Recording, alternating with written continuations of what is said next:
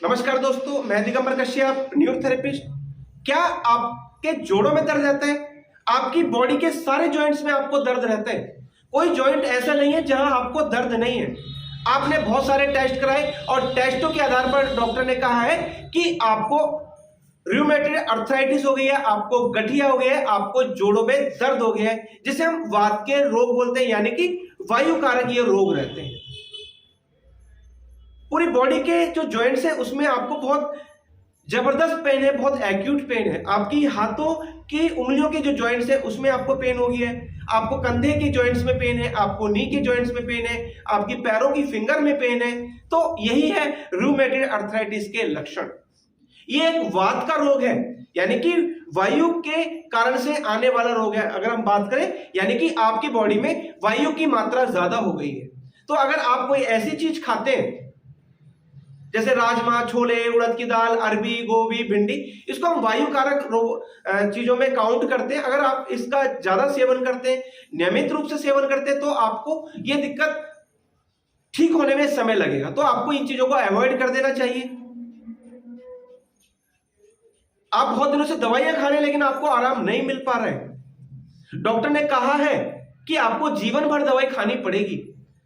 आप कोई काम नहीं कर पा रहे, आप घर में हैं, कोई बर्तन नहीं उठा पा रहे, कोई जरा सा भी वेट नहीं उठा पा रहे, और कई बार स्थिति इस कदर हो जाती है कि व्यक्ति बिस्तर पर ही आ जाता है। उसको चलने में, उठने में, उसको नींद में इतनी दिक्कत हो जाती है कि उसके जो लिगामेंट्स हैं वो जकड़ जाते हैं, वो आपस में जुड़ जाते हैं, जिसके कारण से फ्लेक्सिबिलिटी भी खत्म हो जाती है। तो ऐसा होता है रूमेटॉइड अर्थराइटिस, जिसे मैं वात का रोग बता रहा हूं। तो खाने पीने के साथ में आपको हल्की फुल्की मूवमेंट भी करनी है, और मैं आपको आज रूमेटॉइड अर्थराइटिस जैसी दिक्कत के लिए जबरदस्त ट्रीटमेंट सिखाने वाला हूं।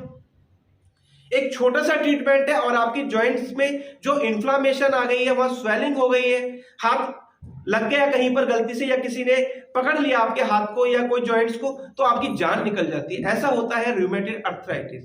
तो आइए जानते हैं कैसे करें हम इस बीमारी का इलाज अपने घर पर भी। आइए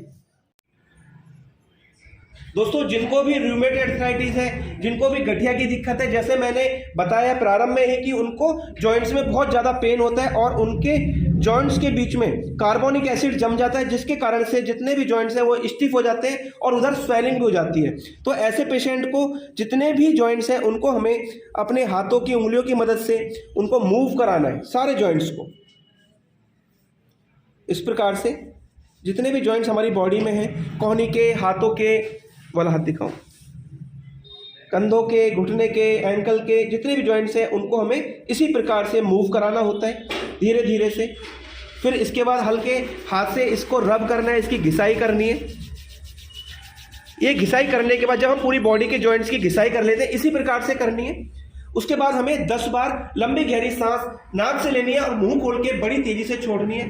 करके बताएंगे। नाक से लेना है, 10 बार मुंह से खोल करके।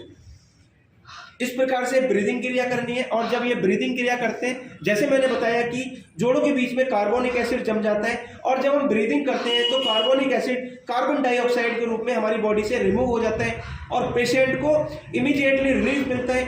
और पहले दिन ही पेशेंट को ऐसा लगेगा कि जैसे बहुत दिनों के बाद उसको आज बॉडी में ऐसा महसूस हो रहा है, बॉडी बिल्कुल हल्की हो जाती है।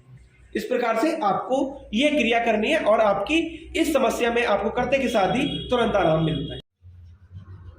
दोस्तों, अभी आपने इस वीडियो के माध्यम से जाना हम कैसे करें रूमेटॉइड अर्थराइटिस जैसी बीमारी के इलाज, कैसे करें हम गठिया की बीमारी के इलाज, जिसे हम ऑटोइम्यून डिजीज में काउंट करते हैं। यानी कि कहें कि अगर घर में किसी को ये प्रॉब्लम रही है, आपके दादा दादी को, आपके नाना नानी को, आपके भाई बहन को, आपके पेरेंट्स में, तो ये दिक्कत आने वाली पीढ़ी में भी हो सकती है। इसीलिए इसको ऑटोइम्यून डिजीज में काउंट किया जाता है। इसे एक जेनेटिक डिजीज माना गया है। अगर किसी डॉक्टर के पास जाते तो यही क्वेश्चन होता है, क्या परिवार में ये किसी को दिक्कत रही है? तो इसका क्या मतलब है, यानी कि ये आने वाली पीढ़ी में आ सकती है। तो दोस्तों, न्यूरोथेरेपी की जो ट्रीटमेंट हमने आज आपको सिखाए हैं, अगर ये जेनेटिक भी कही जाती है, तो हम आपको जो ट्रीटमेंट देने वाले हैं वो इसी आधार पर देते हैं कि ये कहीं आने वाली जनरेशन में ये बीमारी क्रिएट ना हो, उसको वहीं रोका जा सकता है। उसके बॉडी का ट्रीटमेंट हम इस प्रकार से करेंगे कि वो जेनेटिक कारण भी डेड हो जाए, उसके कारण से वो बीमारी जो उसके पेरेंट्स में थी, वो जो जनरेशन टू जनरेशन चलता आ रहा है, वो वही रुक जाए, आने वाली पीढ़ी में ये प्रॉब्लम क्रिएट ना हो। तो दोस्तों इतना इफेक्टिव है न्यूरोथेरेपी ट्रीटमेंट। 20 से 25 मिनट का ट्रीटमेंट रहता है। कुछ दिन लगातार आपको ट्रीटमेंट लेना पड़ सकता है, लेकिन आपकी ये समस्या कितनी भी क्रिटिकल क्यों ना हो गई हो, चाहे आपके कितने भी टेस्ट हो गए, आपने बहुत सारी स्टेरॉइड्स खा ली, आपके बहुत सारे इंजेक्शन लग चुके हैं, थोड़े दिन उसका असर रहता है, लेकिन जैसे ही उसका असर खत्म हुआ आपको रोग वहीं के वहीं आ गए। तो दोस्तों अगर आप न्यूरोथेरेपी ट्रीटमेंट कुछ दिन रेगुलर लेते हैं तो आपकी ये समस्या जड़ से ठीक हो सकती है, 100% ठीक हो सकती है। उम्मीद करता हूं दोस्तों ये वीडियो आपके लिए बहुत इन्फॉर्मेटिव होने वाली है।